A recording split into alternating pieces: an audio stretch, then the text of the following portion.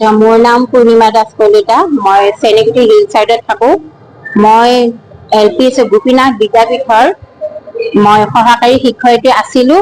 মই মাৰ্চৰ 2006 মাৰ্চৰ 31 তাৰিখে মই ৰিটায়াৰ হৈছোঁ, অৱসৰ গ্ৰহণ কৰিছোঁ। কিন্তু মই বিভিন্ন কামৰ লগত মই জড়িত আৰু নিজেও মানে যিখিনি বাৰু কবিতা অলপ লিখি আছোঁ, চৰ্চা কৰি আছোঁ। চাওঁতে চাওঁতে বহাগে মেলানি মাগিলে, কিন্তু বিহুৰ মাদকতা এতিয়াও আমাৰ অন্তৰত আছে। সেয়েহে মই বিহুৰ লগত সংগতি ৰাখি মই এটি স্বৰচিত কবিতা পাঠ কৰিবলৈ ওলাইছোঁ। কবিতাৰ শিৰোনাম বহাগী।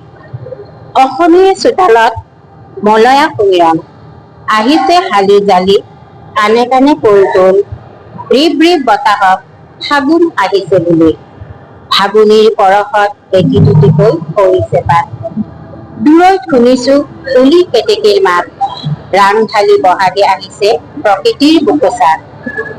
বহাগে আনে প্ৰকৃতিলৈ প্ৰাণ, গছে বনে কৰে নতুনৰ পৰিধান। নানা ৰঙৰ ফলে ফুলে ধৰণী হয় জাতিষ্কাৰ, বৰষুণৰ পৰশত পৃথিৱী হয় পৰিষ্কাৰ। পৰিস্ফুট হয় নতুনৰ সম্ভাৰ, শিপিনীৰ পৰশত হাতে বোৱা গামোচা, চেনাইটিক দিবলৈ বুলি নৈৰ পাৰত বহি দুয়ো কথা পাতিম মৰমৰ টোপোলা খুলি। আহিছে বহাগী যাবগৈ বহাগী, নাথাকিব মন মাৰি, যুগ যুগান্তৰলৈ বৈ থাকিব মৰম চেনেহৰ এনাজৰী। ধন্যবাদ।